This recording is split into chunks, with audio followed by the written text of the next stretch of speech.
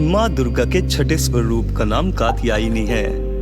इनका कात्यायनी नाम पड़ने की कथा इस प्रकार है।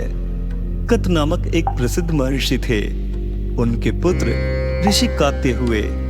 इन्हीं कात्य के गोत्र में विश्व प्रसिद्ध महर्षि कात्यायन उत्पन्न हुए थे। इन्होंने भगवती परम्भा की उपासना करते हुए बहुत वर्षों तक बहुत कठिन तपस्या की थी। इनकी इच्छा थी कि माँ भगवती उनके घर में पुत्री के रूप में जन्म ले। माँ भगवती ने उनकी यह प्रार्थना स्वीकार कर ली थी।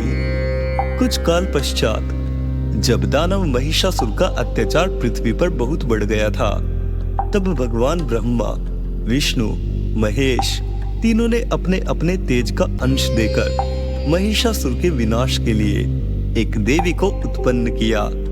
महर्षि कात्यायन ने सर्वप्रथम इनकी पूजा की थी। इसी कारण से यह कात्यायनी कहलाई। ऐसी भी कथा मिलती है कि ये महर्षि कात्यायन के वहां पुत्री के रूप में उत्पन्न हुई थी। अश्विनी कृष्ण चतुर्दशी को जन्म लेकर शुक्ल सप्तमी, अष्टमी तथा नवमी तक 3 दिन इन्होंने कात्यायन ऋषि की पूजा ग्रहण कर दशमी को महिषासुर का वध किया था। माँ कात्यायनी अमोघ फलदायिनी है। भगवान कृष्ण को पति रूप में पाने के लिए ब्रज की गोपियों ने इन्हीं की पूजा कालिंदी यमुना के तट पर की थी। ये ब्रजमंडल की अधिष्ठात्री देवी के रूप में प्रतिष्ठित है। इनका स्वरूप अत्यंत ही भव्य और दिव्य है। इनका वर्ण स्वर्ण के समान चमकीला और भास्वर है।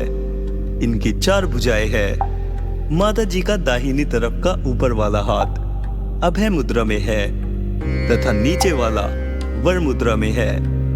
बाईं तरफ के ऊपर वाले हाथ में तलवार और नीचे वाले हाथ में कमल पुष्प सुशोभित है।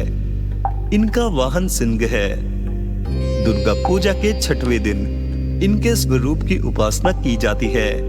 उस दिन साधक का मन आज्ञा चक्र में स्थित होता है। योग साधना में इस आज्ञा चक्र का अत्यंत महत्वपूर्ण स्थान है। इस चक्र में स्थित मन वाला साधक माँ कात्यायनी के चरणों में अपना सर्वस्व निवेदित कर देता है।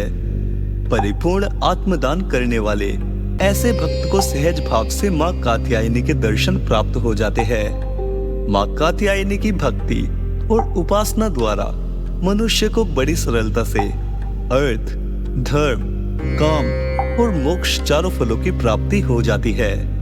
वह इस लोक में स्थित रहकर भी अलौकिक तेज और प्रभाव से युक्त हो जाता है। उसके रोग, शोक, संताप, भय आदि सर्वथा विनष्ट हो जाते हैं। जन्म जन्मांतर के पापों को विनष्ट करने के लिए माँ की उपासना से अधिक सुगम और सरल मार्ग दूसरा नहीं है।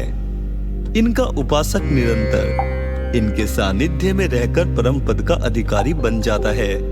अतः हमें सर्वतोभावेन माँ के शरणागत होकर उनकी पूजा उपासना के लिए तत्पर होना चाहिए।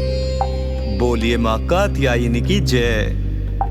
यदि आपको इस प्रकार की वीडियोस अच्छी लगती है, जहां आप कोई भी कार्य करते हुए अपने धर्म से जुड़ी हुई इन पवित्र कथाओं का आनंद ले सके और जान सके कि हमारे धर्म ग्रंथ क्या कहते हैं, तो हमारे चैनल को सब्सक्राइब करें